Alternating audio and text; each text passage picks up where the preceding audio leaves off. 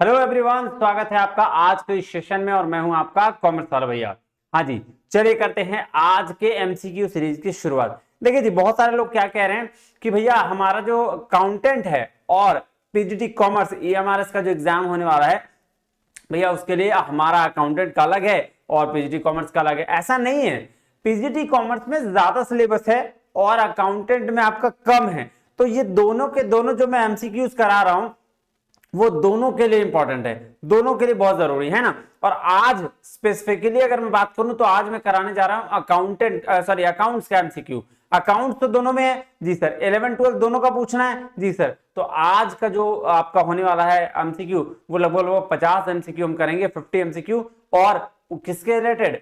पूरा का पूरा 11th अकाउंट से रिलेटेड है ना। चलिए तो ज्यादा लेट ना करते हुए चलते हैं अपने क्लास की ओर और शुरू करते हैं क्या हमारा एमसीक्यू। आइएगा जी, देखिएगा सबसे पहले अगर हम बात करें तो आपको क्या करना है, ये देखिए हमारा टेलीग्राम चैनल है, कौन सा? कॉमर्स वाला भैया बाय एनडब्ल्यूबी। इसको ज्वाइन करिएगा, यहाँ पे आपको ये सारे नोट्स पीडीएफ मिल जाएंगे, है ना। अभी 2-3 दिन वाला मैंने डाला नहीं था, थोड़ा बिजी हूँ, लेकिन मैं उसको भी आज डाल दूंगा, है ना जी। उसके साथ साथ चैनल को कर लीजिएगा सब्सक्राइब, ताकि आपको क्या हो, नोटिफिकेशन मिलता रहे। कॉमर्स रिलेटेड सारे एग्जाम्स का जितना भी हो वो यहाँ मिल जाए। देखिए कॉमर्स रिलेटेड मैं अगर बात करूं पीजीटी कॉमर्स की तो यहाँ मिलेगा, स्टेट लेवल एग्जाम यहाँ मिलेगा। लेकिन असिस्टेंट प्रोफेसर से रिलेटेड अगर आपको कोई जानकारी चाहिए, असिस्टेंट प्रोफेसर कहाँ का एग्जाम कहाँ हो रहा है, नेट का एग्जाम कहाँ हो रहा है, तो उसके लिए मेरा दूसरा चैनल है नेट वाला भैया, वो आप वहां पे जाके उसकी जानकारी ले सकते हैं। लेकिन कोई आपका पीजीटी कॉमर्स हो गया, आपका ऑडिटर का एग्जाम हो गया, आपका स्टेट लेवल कोई भी कॉमर्स का एग्जाम हो गया, उसके लिए हमारा ये चैनल आप जरूर बने रहें। चलिए इसके साथ साथ आप क्या कर सकते हैं, हमारे इस नंबर पे व्हाट्सएप कर सकते हैं अगर किसी तरह की दिक्कत परेशानी आ रही है तो। ईएमआरएस पीजीटी कॉमर्स अकाउंटेंट, और क्या है आज 5वां दिन है, हम लोग क्या करना है, अकाउंट्स का क्वेश्चन करने वाले। आइए क्वेश्चन नंबर 1 पे चलते हैं। देखिए क्या कह रहा है सॉरी, कह रहा है, आराम आराम से समझिएगा, विच of the following is not a business transaction. Sir बच्चा वाला क्वेश्चन है, लेकिन यही बच्चे वाले क्वेश्चन में हम लोग कभी कभी फंस जाते हैं। तो देखिए क्या बोल रहा है, कौन सा व्यापारिक लेन देन नहीं है। तो कह रहा है bought furniture for 10,000 for business, business के लिए खरीदा है फर्नीचर, तो भैया क्या है, सीधा सीधी बिजनेस वाला है, तो बिजनेस ट्रांजेक्शन ये है। Paid for salaries of employee, employee का सैलरी को अगर सैलरी पे कर रहे हैं किसको, एम्प्लॉय को, तो भी बिजनेस का ट्रांजेक्शन है। पेड सन्स फी, बेटा का फी पे किए हैं from her personal bank account, भैया पर्सनल बैंक अकाउंट से आप कुछ भी पे करिए, ये बिजनेस ट्रांजेक्शन नहीं है और यही तो पूछा है। तो आंसर क्या हो जाएगा, आंसर हो जाएगा सी नंबर। क्या हो जाएगा जी, सी नंबर। एक बात ध्यान से समझिएगा। चलिए अगर हम बात करें क्वेश्चन नंबर 2 का, तो ध्यान से समझिएगा। कह रहा है which is the last step of accounting of a process of information. तो भैया last step of accounting as a process of information, बात अगर मैं करूं कि अकाउंटिंग का प्रोसेस होता है सर, बिल्कुल होता है। तो जब अकाउंटिंग का प्रोसेस होता है तो उसका लास्ट स्टेप क्या है। देखिए अगर मैं अकाउंटिंग की बात करूं ना, तो हम लोग क्या करते हैं, सबसे पहले आइडेंटिफाई करते हैं, है ना, identifying, recording, classifying, summarising, analysing, है ना, तब जाके क्या करते हैं, कम्युनिकेटिंग, है ना, टू अदर्स, ये बात है। तो जी या कम्युनिकेशन या इंफॉर्मेशन देते हैं। तो हम लोग अगर बात करें तो यहाँ पे क्या बोला, recording of data book, recording तो इसको बोलते हैं जर्नल, ये तो पहले है ना, ये हम लोग क्या करते हैं पहले। प्रिपरेशन ऑफ समरीज, समरीज अगर बनाना हो तो इसको बोलते हैं क्या, ये हो जाएगा आपका ये लेजर, नहीं समरीज लेजर, लेजर नहीं होता है, समरीज हो जाएगा आपका ये बैलेंस शीट, ठीक है। और कम्युनिकेशन ऑफ इंफॉर्मेशन मतलब जब आप एनालिसिस कर लें, यानी कि एनालिसिस करने का मतलब हुआ यहाँ पे cash flow statement, fund flow statement और एनालिसिस ऑफ रेशियो करना, क्या करना, रेशियो एनालिसिस, तो इसको बोलते हैं एनालिसिस इंटरप्रेशन। और इसी को कम्युनिकेट कर देना यानी इंफॉर्मेशन दे देना लोगों को, वो कहलाता है अकाउंटिंग का लास्ट प्रोसेस। तो ये बात ध्यान में रखिएगा, जिसे मैं आपको बताता हूं। ये देखिए आइडेंटिफाइंग द फाइनेंशियल ट्रांजैक्शन किससे, वॉचर्स से, तो ये पहला step. Recording books of entry, original entry यानी कि जर्नल, ये दूसरा स्टेज। फिर उसको क्लासिफाई करना है इंडिविजुअल लेजर अकाउंट में, जिसको बोलते हैं लेजर अकाउंटिंग। फिर prepare final financial statement, financial statement बनाना, जिसको हम लोग बोलते हैं प्रॉफिट एंड लॉस और बैलेंस शीट बनाएंगे। और फिर उसके बाद होता है एनालाइजिंग, और ये जब हम लोग देखते हैं cash flow statement, fund flow statement बनाते हैं ना जी, उसके बाद वाला कोई चीज अगर बचता है तो हम उसके बाद क्या करते हैं, उसके बाद कम्युनिकेट कर देते हैं सारे कंपनी के सारे लोगों को कि भैया देखो इतना सारा ये इंफॉर्मेशन मिल चुका है। तो बात समझ में आई जी सर। तो उसको क्या बोलते हैं, इसको बोलते हैं कम्युनिकेशन ऑफ इंफॉर्मेशन। जब लास्ट में है ना। तो इन्फॉर्मेशन जो भी हो गया, जितना भी एनालाइज हमने किया उसका इन्फॉर्मेशन हम कम्युनिकेट कर देते हैं। तो ये बात ध्यान में रखिएगा, क्वेश्चन ऐसे पूछा जाता है, ठीक है। चलिए क्वेश्चन नंबर 3 की ओर चलते हैं। कह रहा which of the following accounts has a credit balance. तो सर क्रेडिट बैलेंस क्या होता है sir? Debit what comes in, credit what goes out है। Debit all the expenses and losses, credit all the income and gets, बच्चा वाला चीज है ना जी।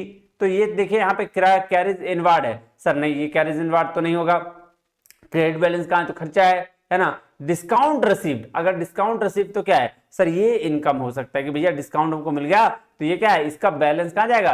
क्रेडिट बैलेंस में। तो ये आपका आंसर डिस्काउंट रिसीव्ड हो जाएगा। आइए क्या कह रहा है क्वेश्चन नंबर 4, ध्यान से समझिएगा। कह रहा है कैश, गुड्स और assets invested by the proprietor in the business for earning profit. ऐसा प्रॉफिट को अर्न करने के लिए अगर एक बिजनेसमैन, एक प्रोप्राइटर इन्वेस्ट कर रहा है कैश भी, गुड्स भी और एसेट भी, तो उसको क्या बोलेंगे? सीधा सीधी बात है भाई, कुछ भी इन्वेस्ट कर रहा हो उसको तुम कैपिटल ही बोलेंगे ना, पूंजी ही। अब तुम ही दुकान में सामान लगाओगे, पैसा लगाओगे, उसके बाद कुछ कुछ एसेट लगाओगे, मान लो बेंच वेंच लगा दोगे, तो भैया उसको क्या बोलेंगे? सर हम पूंजी लगाएं। क्या लगाएं? पूंजी लगाएं, इतना लग कर पूंजी लगाएं, यही है ना जी। तो इसको क्या बोलते हैं? कैपिटल बोलेंगे। क्या बोलेंगे? कैपिटल। चलिए क्वेश्चन नंबर 5 पे चलते हैं, आइएगा जी। क्वेश्चन नंबर 5 क्या है? ध्यान समझिएगा। MS future limited has invested the 10,000 in the shares of Relicam industries limited. ध्यान समझिएगा क्या कह रहा है। MS फ्यूचर लिमिटेड जो है वो 10,000 रुपए इन्वेस्ट किया है कौन से शेयर में? रेलिकैम इंडस्ट्रीज ये के शेयर में, ठीक है। Current market value of this share, उसका जो करंट मार्केट वैल्यू कितना था? 10,500। तो अकाउंटेंट जो है फ्यूचर लिमिटेड का, वो वांट टू शो, क्या शो करना चाहता है? 10,500 as a well investment in the books of accounts. In the books of accounts में वो चीज आपका क्या शो करना चाहता है? कौन? अकाउंटेंट। किसका? फ्यूचर लिमिटेड का। तो भैया ये बताइए which accounting convention restricts him from doing so. कौन सा अकाउंटिंग कन्वेंशन है जो उसको रिस्ट्रिक्ट करता है कि भैया आप फ्यूचर में होने वाले प्रॉफिट को अभी मत ऐड करिए, है ना। एंटिसिपेटेड लॉसेस को आप कंसीडर करिए, लेकिन एंटिसिपेटेड प्रॉफिट जो होगा उसको आप कभी कंसीडर मत करिए। ये आपका कन्वेंशन करता है कंजर्वेटिज्म। कौन कहता है? कंजर्वेटिज्म। बात समझ में आई जी सर? तो ये बात ध्यान में रखिएगा। चलिए कह रहा है according to the cost concept, cost concept के अनुसार क्या है? Asset are recorded at the lower of cost and market value. ऐसा है कि जो कॉस्ट का लोअर नहीं सर, ये तो बिल्कुल नहीं, हिस्टोरिकल कॉस्ट की बात कर रहा है, ये ध्यान रखिएगा। कह रहा है assets are recorded by estimating the market value at the time of purchase.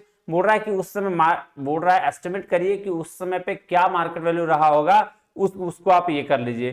तो ये भी गलत बात है। कह रहा है assets are recorded at the time value paid for acquiring it. ये बात सही बात है। हिस्टोरिकल कॉस्ट कॉन्सेप्ट या कॉस्ट कॉन्सेप्ट कहता है कि जो एसेट्स को उसी रेट में आप रिकॉर्ड करिएगा जिस रेट में आपने उसको अक्वायर किया है, यानी खरीदा है, यानी परचेज किया, जितना में आपने पेड किया है, तो उसको क्या कहते हैं? ये हो गया कॉस्ट कॉन्सेप्ट। बात समझ में आई? हो गया 3rd नंबर। चलिए क्वेश्चन नंबर 7 पे चलें जी सर? बिल्कुल चलिए, आइए देखते हैं क्या कह रहा है, ध्यान से समझिएगा। कह रहा है X limited follows the written down value method depreciating machinery year after year due to. तो भैया एक बात बताइए, ये कह रहा है कि एक्स लिमिटेड जो है वो WDV मेथड यूज करते हैं, डेप्रिसिएशन लगाते हैं मशीनरी के लिए आफ्टर ईयर, आफ्टर मतलब 2-3 साल से 5 साल से लगा रहे हैं। तो ये कौन सा मेथड है, कौन सा कॉन्सेप्ट है जो ये इसको कहता है? तो इसको बोलते हैं कंसिस्टेंसी। कंसिस्टेंसी का मतलब होता है, कंसिस्टेंसी कॉन्सेप्ट कहता है कि आप कंपनी की ये चीज देखने के लिए आपको क्या करना चाहिए?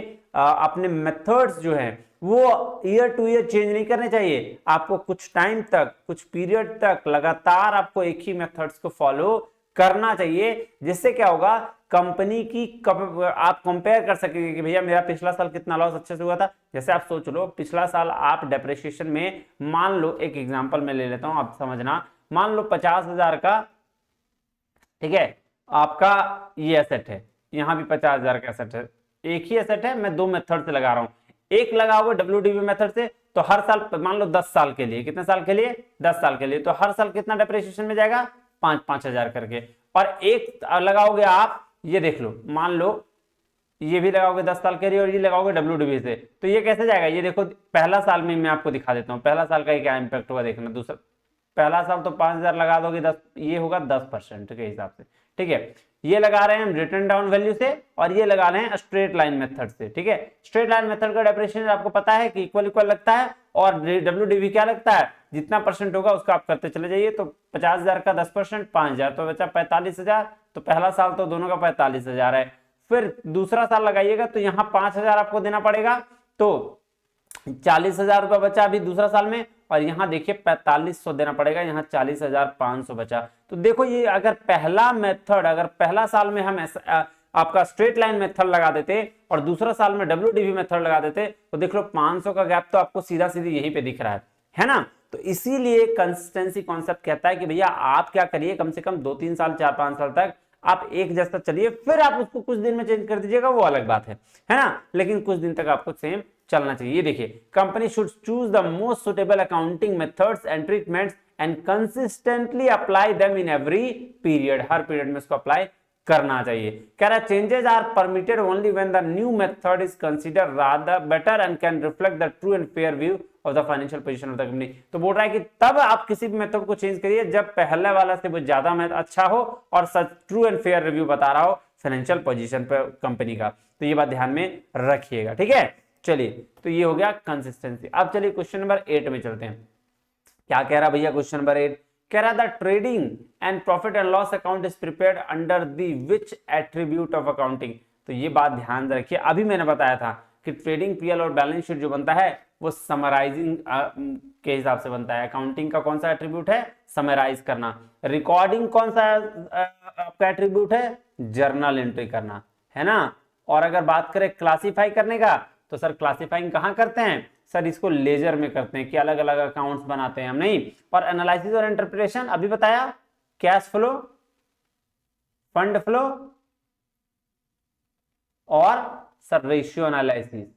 तो यही पे हम क्या करते हैं? एनालिसिस और इंटरप्रिटेशन करते हैं। ये बात ध्यान रखिएगा, ये हम लोग डेफिनेशन में भी अक्सर पढ़ते हैं, नहीं जी सर। तो ये बात ध्यान रखिए। तो समराइजिंग का क्या हुआ sir? Trading PL and balance sheet. तो आंसर हो जाएगा समराइजिंग। क्या हो जाएगा? समराइजिंग। ये बात ध्यान रखिएगा, क्वेश्चन ऐसा पूछा जा सकता है। क्वेश्चन ये समझ में आया कि नहीं आया? जी सर। समराइजिंग का क्या मतलब हुआ? अकाउंटिंग का डेफिनेशन है ना, accounting is an art of recording, classifying, summarising, है ना, and interpreting the result thereof. तो ये क्या मतलब है? समराइजिंग किसको डिनोट करता है? रिकॉर्डिंग किसको डिनोट करता है? क्लासिफाइंग किसको डिनोट करता है? ये मैं बता रहा था, ठीक है जी सर। चलिए क्वेश्चन नंबर 9 में आते हैं। कह रहा है the capital amount drawn by businessman for his personal use. अरे यार ये क्या बच्चा वाला क्वेश्चन है, इसको ड्राइंग बोलते हैं। क्या बोलते हैं? ड्राइंग बोलते हैं। चलिए क्वेश्चन नंबर 10 पे आते हैं। क्वेश्चन नंबर 10 क्या कह रहा है? ध्यान दीजिएगा। कह रहा है during a life of an entity accounting produces financial statement in accordance with which basic accounting concept. तो भैया कह रहा है किसी इकाई के जीवन काल के दौरान लेखांकन के किस मूल लेखांकन अवधारणा के अनुसार वित्तीय विवरण तैयार करता है। फाइनेंशियल स्टेटमेंट बनाने की बात बोल रही है, तो भैया कौन सा है? इसके लिए अकाउंटिंग पीरियड कॉन्सेप्ट है, क्योंकि अकाउंटिंग पीरियड कॉन्सेप्ट कहता है कि आप जितने भी चीजें करें वो एक लिमिट पीरियड के दौरान करें। जैसे अगर आप बैलेंस शीट बनाते हैं तो एक लिमिटेड पीरियड में बनाएं, क्योंकि अगर मान लो सोचो एज्यूम करो कि 5 साल के एक साथ बैलेंस शीट बनाना हो, क्या होगा? पूरा खोपड़ी निकल जाएगा। एक साल में तो हालत खराब हो जाता है सारे सीरीज वगैरह का। आप सोचो 5 साल में कितना दिक्कत होगा, कितना ट्रांजेक्शन लिखना पड़ेगा। तो इसीलिए अकाउंटिंग पीरियोडिसिटी कॉन्सेप्ट कहता है कि भैया आपको क्या करना है? सारे ट्रांजेक्शन को एक लिमिट पीरियड के बाद आपको रिकॉर्ड कर लेना है और उसको फिर फाइनेंशियल स्टेटमेंट बना लेना है। तो ये हो गया अकाउंटिंग पीरियड। चलिए क्वेश्चन नंबर 11 पे चलें। जी सर आइए, क्या कह रहा है? The main purpose of preparing bank reconciliation statement, bank BRS बनाने का मेन पर्पस क्या है? To know the bank balance. Sir bank balance जानना? नहीं। To know the balance of bank statement? नहीं। To correct the cash book? नहीं। To identify the cause difference between cash book and ये bank statement? ये बात बिल्कुल है कि हमको क्या डिफरेंस फाइंड हो, क्या कारण से वो डिफरेंस होता है कैश बुक और बैंक स्टेटमेंट में, ये हमको देखने के लिए क्या बनाते हैं? बैंक रिकंसिलिएशन स्टेटमेंट बनाते हैं। देखो वो सब रीजन है, लेकिन मेन पर्पस यही होता है। क्या होता है? ये। आ जाइए क्वेश्चन नंबर 12 पे चले सर। बिल्कुल चलिए सर, आइए क्या कह रहा है ध्यान से देखिएगा। कह रहा the balance on debit side of the bank column, balance on debit side of the bank column of cash book indicates. तो क्या इंडिकेट करता है? Total amount has drawn from the bank, नहीं, कैश एट बैंक। ये क्या denote करता है? Cash at bank, bank में कितना मेरा कैश पड़ा हुआ है ये डिनोट करता है। चलिए क्वेश्चन नंबर 13 में आते हैं। आइए, कह रहा है a statement which is used to reconcile the bank balance as per cash book and bank statement is called। भाई साहब एक मिनट ध्यान समझिएगा, एक विवरण जिसका उपयोग रोकड़ बही और बैंक विवरण के अनुसार बैंक शेष को मिलान करने के लिए किया जाता है कहलाता है। तो इसी को तो बैंक रिकंसिलिएशन स्टेटमेंट बोलते हैं भैया, बैंक समाधान विवरण, यही तो है हमारा बीआरएस। अभी अभी थोड़ी देर पहले हमने इसको देखा है, पूरा पूरा है ना, ये ऑप्शन में था कि नहीं? जी सर। चलिए, मजा आ रहा है?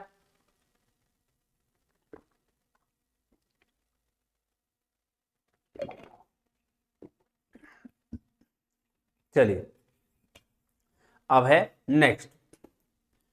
नेक्स्ट क्या है भैया, कौन सा क्वेश्चन है? आइए देखते हैं नेक्स्ट क्वेश्चन। कह रहा है which of the following methods of depreciation is not recognised by income tax. देखो इनकम टैक्स के अनुसार ना जो आपका मेथड ऑफ डेप्रिसिएशन एक्सेप्ट किया गया वो है डब्ल्यूडीवी, मतलब रिटर्न डाउन वैल्यू बोल लो, डिमिनिशिंग बैलेंस मेथड बोल लो, दोनों एक ही मेथड है, ठीक है। तो कौन सा एक्सेप्ट नहीं किया गया? तो भैया स्ट्रेट लाइन मेथड एक्सेप्ट नहीं किया गया। कौन सा नहीं किया गया? स्ट्रेट लाइन मेथड नहीं किया गया, है ना। तो कौन एक्सेप्ट किया गया? डिमिनिशिंग बैलेंस मेथड, याद रखिएगा इसको, ठीक है, इनकम टैक्स के द्वारा। चलिए अगर हम बात करें क्वेश्चन नंबर 15 की, तो क्या सॉरी कह रहा है asset disposal account is prepared when. कब बनाया जाता है asset disposal account? Asset disposal account तब बनाया जाता है जब प्रोविजन फॉर डेप्रिसिएशन प्रिपेयर करना हो तब। कब? जब प्रोविजन फॉर डेप्रिसिएशन बनाना हो तब हम उसके बाद एसेट डिस्पोजल अकाउंट बनाते हैं। चलिए क्वेश्चन नंबर 16 में आ जाए। आइए सर, क्वेश्चन नंबर 16 कह रहा है which of the following is the example of capital reserve.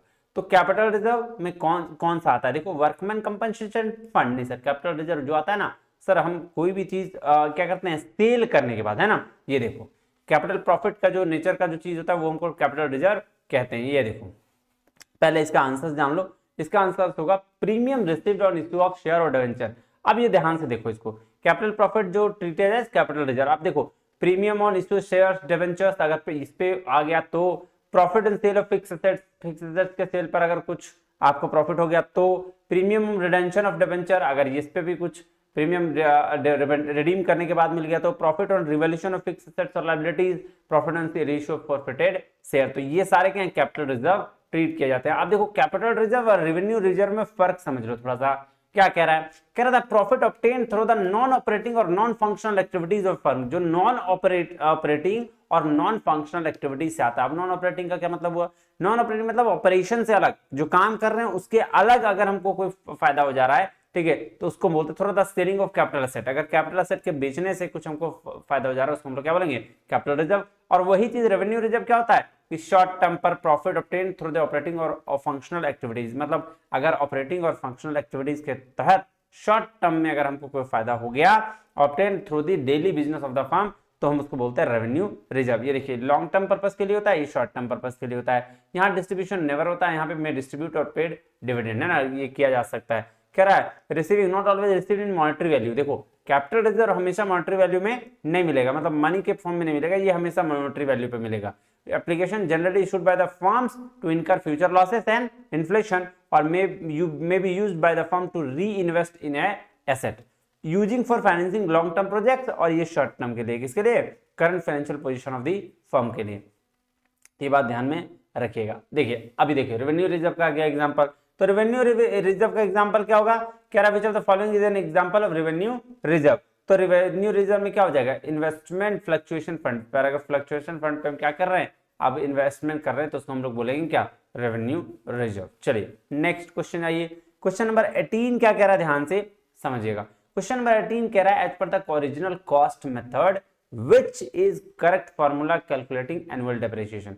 तो भैया एनुअल डेप्रिसिएशन कैलकुलेट करने का फॉर्मूला था depreciation equal to cost of an scrap value divided by estimated life of asset. जो भी लाइफ है किसका? एसेट का, और ऊपर स्क्रैप वैल्यू डाल दीजिएगा, है ना जी। चलिए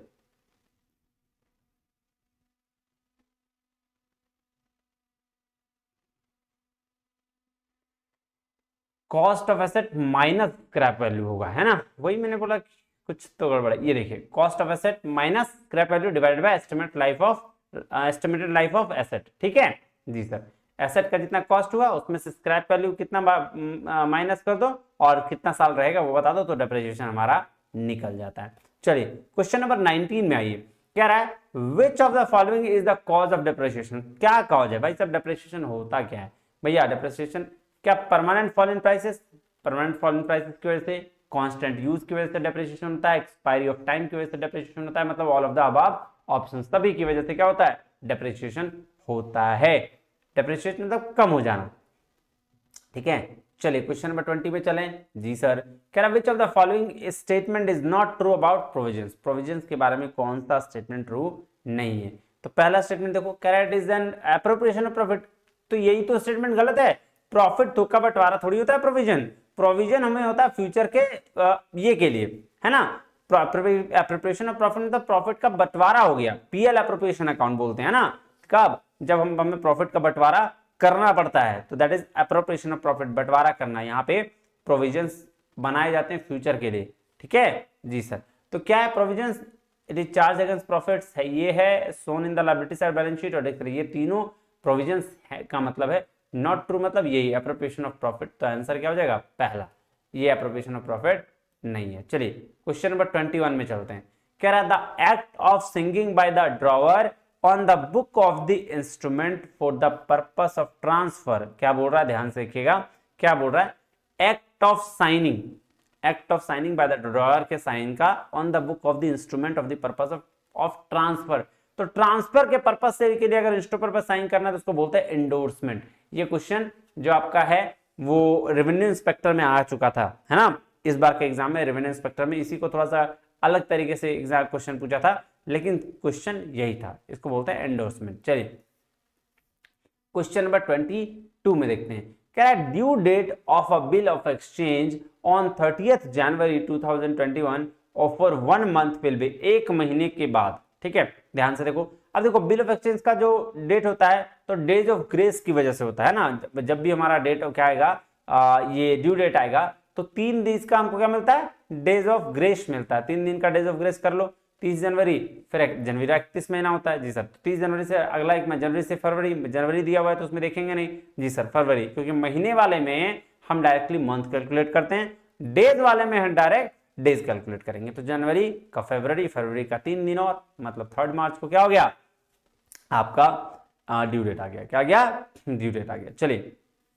नेक्स्ट क्वेश्चन नंबर 23, क्या कह रहा है? The party which is ordered to pay the amount of bill of exchange is called, किसको ऑर्डर कह रहा है? जिस पार्टी को विनिमय बिल की राशि का भुगतान करने का आदेश दिया जाता है उसको बोलता है ड्रॉई।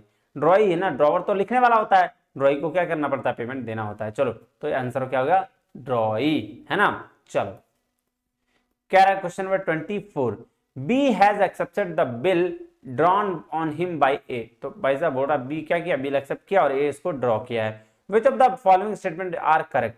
तो कह रहा है A can endorse the bill and B can not endorse the bill. बिल्कुल सही है, इसमें गलत क्या है भाई? A can endorse the bill, B can not endorse the bill, B can endorse the bill. तो भाई साहब यही ना पहला सही होगा, ये भी सही है लेकिन आधा है, ये भी सही है आधा है लेकिन ये भी आधा है, तो भैया ये तो गलत हो गया। तो पहला क्या होगा? यही सही होगा, है ना, कि ए इंडोर्स कर सकता है बिल को, ड्रॉवर इंडोर्स कर सकता है, लेकिन बी इंडोर्स नहीं कर सकता है क्योंकि बी कौन है? सर खुद ही ये है। चलिए क्वेश्चन नंबर 25 आ जाइए। क्वेश्चन नंबर 25 कह रहा है अ बिल ऑफ 5000 इज डिस्काउंटेड, 5000 का बिल डिस्काउंट किया गया विद अ बैंक कर 4 रुपए 4750। बैंक में गया, ए बिल का किया, बैंक लेके गया, उसको 4750 मिला, 250 रुपए बैंक कमीशन खाया, बोला भाई ठीक है चल चल निकल जा। अब the bill is discounted as maturity, maturity पे डिस्काउंट, सॉरी डिस्काउंटेड बोल रहा हूँ, डिसऑनर्ड हो गया। बिल क्या हो गया? डिसऑनर्ड हो गया मैच्योरिटी पे। ड्रॉई पे 60% ऑफ हिज एक्सेप्टेंस, मतलब उसने बोला भैया हमारे पास पैसा नहीं, हम गरीब आदमी हैं, हम 60% पे करेंगे। तो what is the amount for bad debts? Bad debts का अमाउंट कितना हो जाएगा? तो 5000 का 60% दे दिया, 3000 दे दिया, बचा कितना? 2000। 2000 क्या हो जाएगा? उसका बैड डेब्ट्स हो जाएगा। बोलेंगे सर 250 रुपया का कुछ नहीं करेंगे? क्यों करेंगे भाई, वो तो बिल भंजाया था, उसके बदले में बैंक ने कमीशन लिया, उसका बैंक का कोई रोल है यहाँ पे? नहीं सर कोई नहीं है। तो क्या हो जाएगा? लॉस, 2000 रुपए का लॉस हो जाएगा। कितना का? 2000 का लॉस। चलो क्वेश्चन नंबर 26। 26 क्या कह रहा है? कह रहा है prepaid expenses are shown in, तो सर प्रीपेड एक्सपेंसेस है ऐसा एक्सपेंसेस जिसको हमने पहले पेड कर दिया, तो वो मेरे लिए क्या है? एसेट है। तो एसेट साइड होगा, कहां दिखाएंगे? Asset side. क्या दिखाएंगे? Asset side. चलो क्वेश्चन नंबर 27। क्वेश्चन नंबर 27 ध्यान दीजिएगा, क्या कह रहा है? अरेंज, किसको अरेंज करने बोल रहा है? कैश दिया हुआ है, बिल्डिंग दिया हुआ है, गुडविल दिया हुआ है, डेटर्स दिया हुआ है, मशीन दिया हुआ है in the balance sheet in order to liquidity. Liquidity के तरीके से बोला भाई साहब कौन कौन लिक्विड फॉर्म में पहले आ सकता है, उसको उस हिसाब से आप देख लीजिए, उसको अरेंज कर दीजिए। तो सबसे पहले क्या आएगा? कैश, फिर क्या आएगा? डेटर्स, फिर क्या आएगा? मशीन, फिर क्या आएगा? फिर आपका बिल्डिंग और गुडविल, ख्याति सबसे ज्यादा अच्छा, वाह। तो ये हो जाएगा कैश, डेटर, मशीन, बिल्डिंग और गुडविल। बी नंबर, कौन सा? B number. चलिए क्वेश्चन नंबर 28 में चलते हैं। क्वेश्चन नंबर 28 देखते हैं क्या कहता है।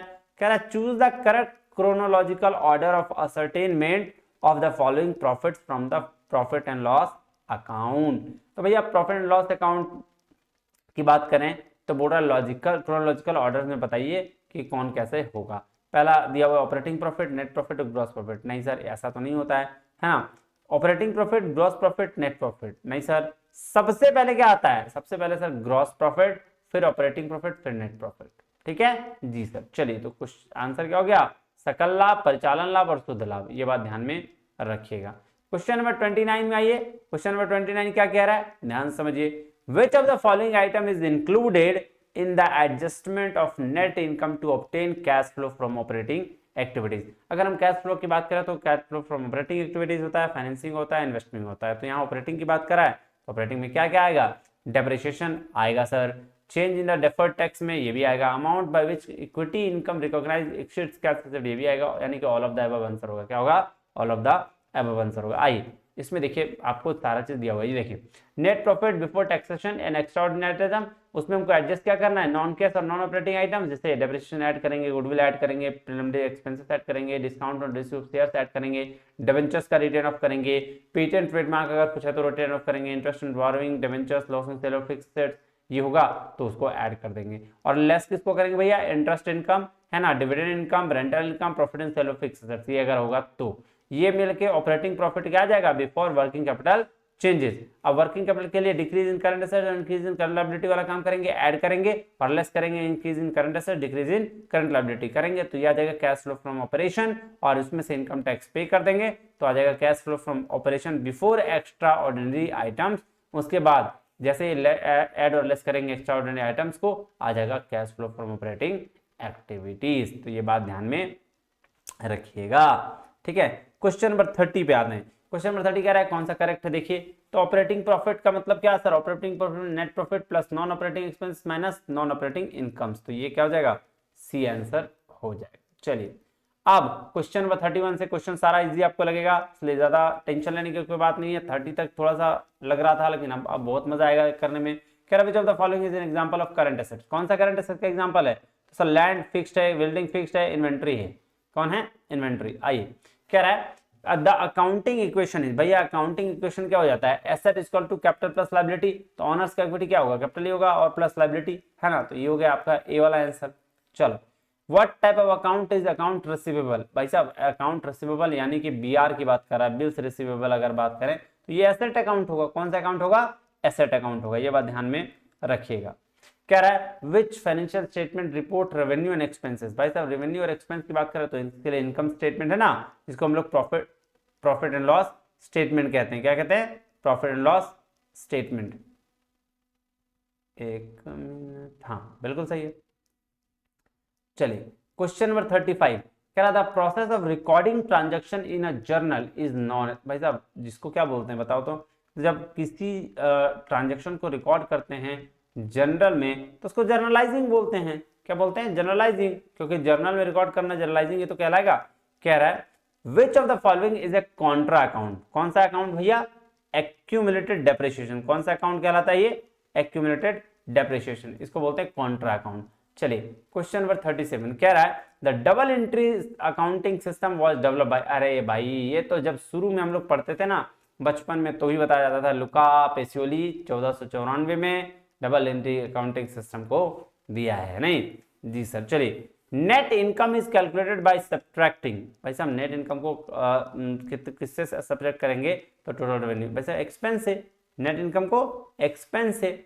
चलो क्वेश्चन नंबर 39 पे चलते हैं। क्या कह रहा है, ट्रायल बैलेंस इज प्रिपेयर्ड, क्या कह रहा है, trial balance is prepared to check the, किसको चेक करना है, ट्रायल बैलेंस, ताकि देखिए किसके लिए, क्या लॉन्ग टर्म लायबिलिटीज नहीं, कैश फ्लो ऑफ बिजनेस नहीं, प्रॉफिटेबिलिटी नहीं, तो एक्यूरेसी ऑफ अकाउंट्स को देखने की कितना एक्यूरेट वो है, तो ये हो गया एक्यूरेसी ऑफ अकाउंट्स। अब ये क्वेश्चन नंबर 40 पे, क्वेश्चन नंबर 40 क्या कह रहा है, which of the following is an example of intangible assets, अरे इंटेंजिबल एसेट्स को हम छू नहीं सकते और उसके लिए तो वो गुडविल है, बाकी मशीनरी बिल्डिंग इन्वेंटरी सबको हम छू सकते हैं, तो इंटेंजिबल एसेट्स गुडविल हो गया। Depreciation is the process of allocating cost of, क्या है भैया, डेप्रिसिएशन किसके लिए भैया, एसेट पे लगता है, कॉस्ट ऑफ एसेट्स किसके लिए है, एसेट के लिए। चलिए अब कह रहा है क्रेडिट ट्रांजैक्शन रेफर्स टू, भाई साहब क्रेडिट ट्रांजैक्शन से क्या हो, अगर कोई transaction your account has been created का मतलब क्या हुआ, तुम्हारा एसेट बढ़ गया, करंट एसेट भी है ना, और लायबिलिटी घट गई, अगर कोई चीज मेरे पास पैसा है तो लायबिलिटी घटा, और increase in asset and decrease in liability. Question number 43 क्या कह रहा है, the financial statement that shows the company financial position, भाई साहब बैलेंस शीट, बैलेंस शीट ही तो है जो कंपनी की फाइनेंशियल पोजीशन को बताता है, हाँ कि ना, जी सर बिल्कुल बताता है सर।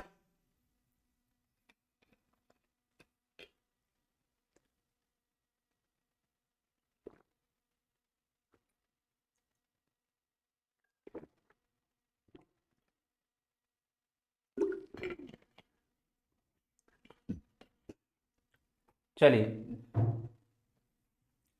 चला जाए, जी सर आइए।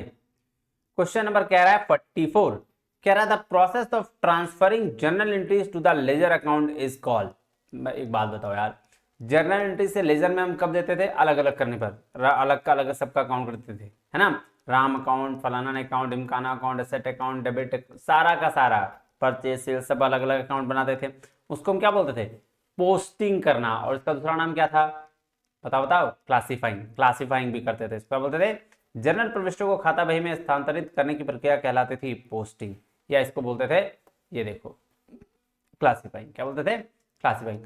Owners equity represent, owners equity किसके लिए भैया, एसेट माइनस लायबिलिटी, है ना, एसेट माइनस लायबिलिटी। चलो क्या कह रहे हैं question number 76, gross profit is calculated by the subtracting किससे, sir cost of goods sold से, बेचे गए माल की लागत से कॉस्ट ऑफ गुड्स सोल्ड से हम क्या करते हैं भाई साहब, ग्रॉस प्रॉफिट कैलकुलेट कर लेते हैं। चलो क्वेश्चन नंबर 47 में आ जाओ, क्या कह रहा है, कह रहा है an increase in accounts payable would result, accounts payable क्या, बिल्स पेबल की बात कर रहा है, ये क्या कर रहा है, बिल्स पेबल, और बिल्स पेबल किसमें, जब बिल्स रिसीवेबल एसेट है तो बिल्स पेबल लायबिलिटी, तो लायबिलिटी क्या होगा, बढ़ा दिया, इंक्रीज इन लायबिलिटी। चलो क्वेश्चन नंबर 48 कह रहा है the statement of cash flow report, statement of cash flow report करता है किसको भाई, स्टेटमेंट ऑफ कैश फ्लो किसको रिपोर्ट करता है, क्या रिपोर्ट करता है, नकदी प्रवाह रिपोर्ट का विवरण क्या कहलाता है, कैश इनफ्लो और कैश आउटफ्लो, क्या कहलाता है, क्या रेवेन्यू इंस्पेक्शन तो होगा नहीं, एसेट लायबिलिटीज होगा नहीं, ऑनर सिक्योरिटी भी नहीं होगा, तो क्या होगा, कैश इनफ्लो और कैश आउटफ्लो, इसलिए तो कैश एक साइड कैश इनफ्लो होता है, एक कैश आउटफ्लो भी होता है, ठीक है जी सर। क्या था formula of calculating current ratio, current ratio पर current asset minus current asset divide by current liability, ये होता है ना, ये होता है ना रेशियो का, जी सर, तो ए आंसर। क्वेश्चन नंबर 50 आ जाओ, हाँ पहुंच गया नजदीक, which accounting principle state that the expenses should be recorded in the same period as the revenue to which they relate, तो भैया ये कौन सा कॉन्सेप्ट है, कह रहा कौन सा लेखांकन सिद्धांत कहता है कि खर्चों को उसी अवधि में दर्ज किया जाना चाहिए जिस अवधि में वह राजस्व से संबंधित है, यानी रेवेन्यू, तो इसको बोलते हैं मैचिंग प्रिंसिपल में, क्योंकि मैचिंग कॉन्सेप्ट कहता है कि एक वक्त में हुए खर्चे को एक ही वक्त में हुए रेवेन्यू से क्या करिए, उसको मैच करिए, ये बात ध्यान में रखिएगा। बात समझ में आया, जी सर, और कोई दिक्कत परेशानी नहीं सर, तो फिर आज के लिए इतना ही, जी सर, फिर मिलते हैं अगले वीडियो में, तब तक के लिए बहुत बहुत धन्यवाद, थैंक यू वेरी मच, जय हिंद।